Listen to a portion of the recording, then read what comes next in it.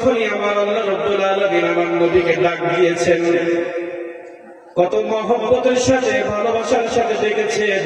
আমার আল্লাহ রাব্বুল আলামিন সমস্ত কোরআন মাজিদের ভিতরে আমার নবীজির শান এত বেশি বর্ণনা করেছেন যে আমাদের মতো গুনাহগারদের দ্বারা সেই শান বর্ণনা করা সম্ভব নয়। আমার নবীর প্রশংসা করেছেন কে? একটু কথা বলবেন। আমার নবী রাহমাতুল লিল আলামিনের প্রশংসা কে করেছেন? আল্লাহ করেছেন। তাহলে আমাদের কেমন করা উচিত? যে নবীর সম্মান আল্লাহ বর্ণনা করেছেন, সেই নবীর সম্মান পৃথিবীর বান্দা খাটো করতে চায়। আল্লাহ রাব্বুল আলামিন পৃথিবীর জমিনে আমার নবী মুহাম্মদুর রাসূলুল্লাহ সাল্লাল্লাহু আলাইহি ওয়াসাল্লামের সম্মান এত বেশি বর্ণনা করেছেন, এত বেশি সম্মানের সাথে আমার নবীকে ডাক দিয়েছেন, এত বেশি ইজ্জত আমার নবীকে আল্লাহ তাআলা করেছেন।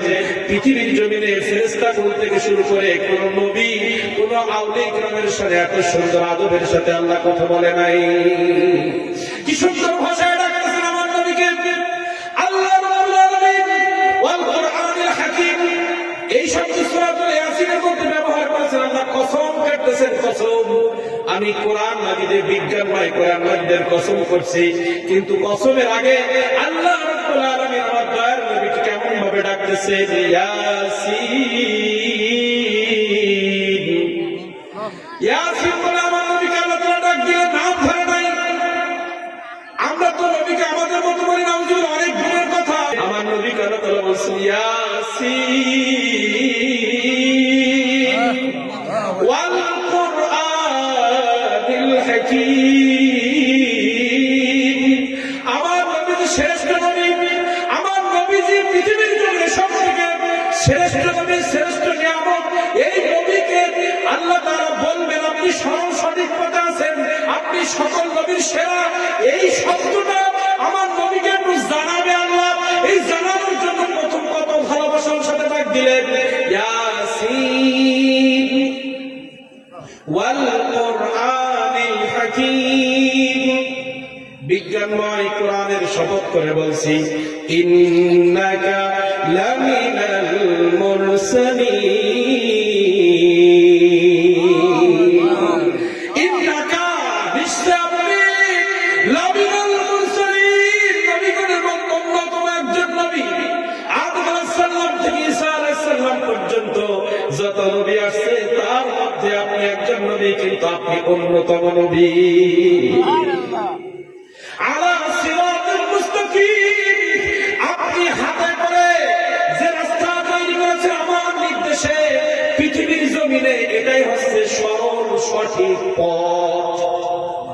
পৃথিবীর জমিনে আমি বহু নবী পাঠিয়েছি, বহু কিতাব আমি পৃথিবীর জমিনে পাঠিয়েছি, কিন্তু আপনি নবী মুহাম্মদুর রাসূলুল্লাহ, আপনার পথ, আপনার মত, আপনার বক্তব্য, আপনার চলাফেরা, আপনি যে পথটার মধ্যে আছেন পৃথিবীর জমিনে সব থেকে দামি, সঠিক এবং ভালো পথ হচ্ছে আপনারটা।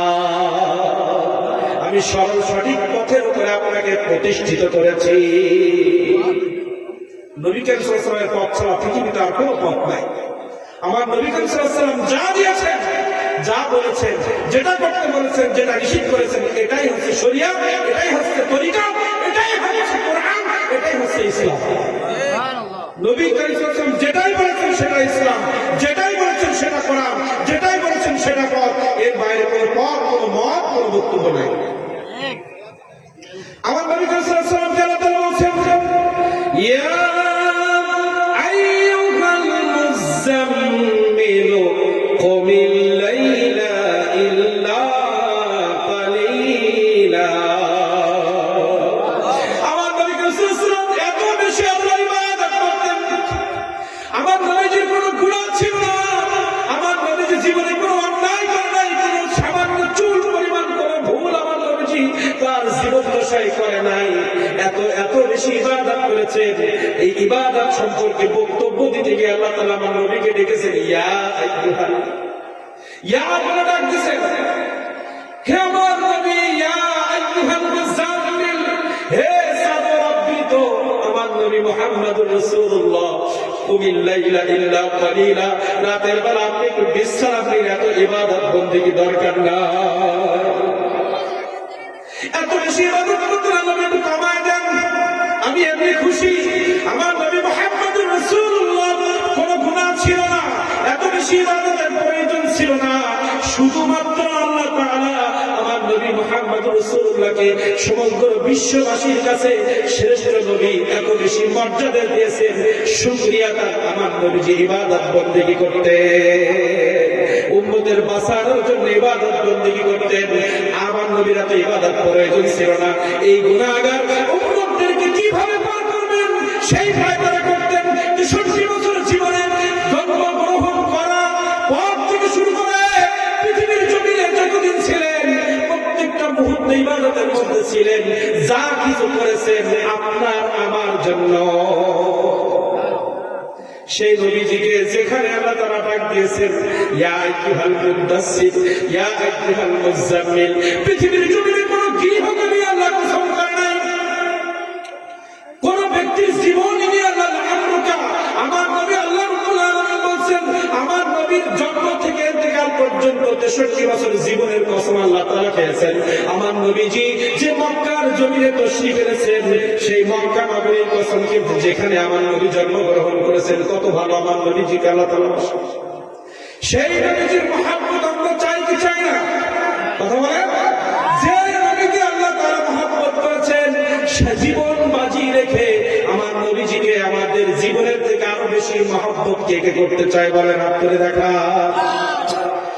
আমাদের জীবনের বিনিময়ে আমার নবীকে মহব্বত করতে চাই কি চাই না?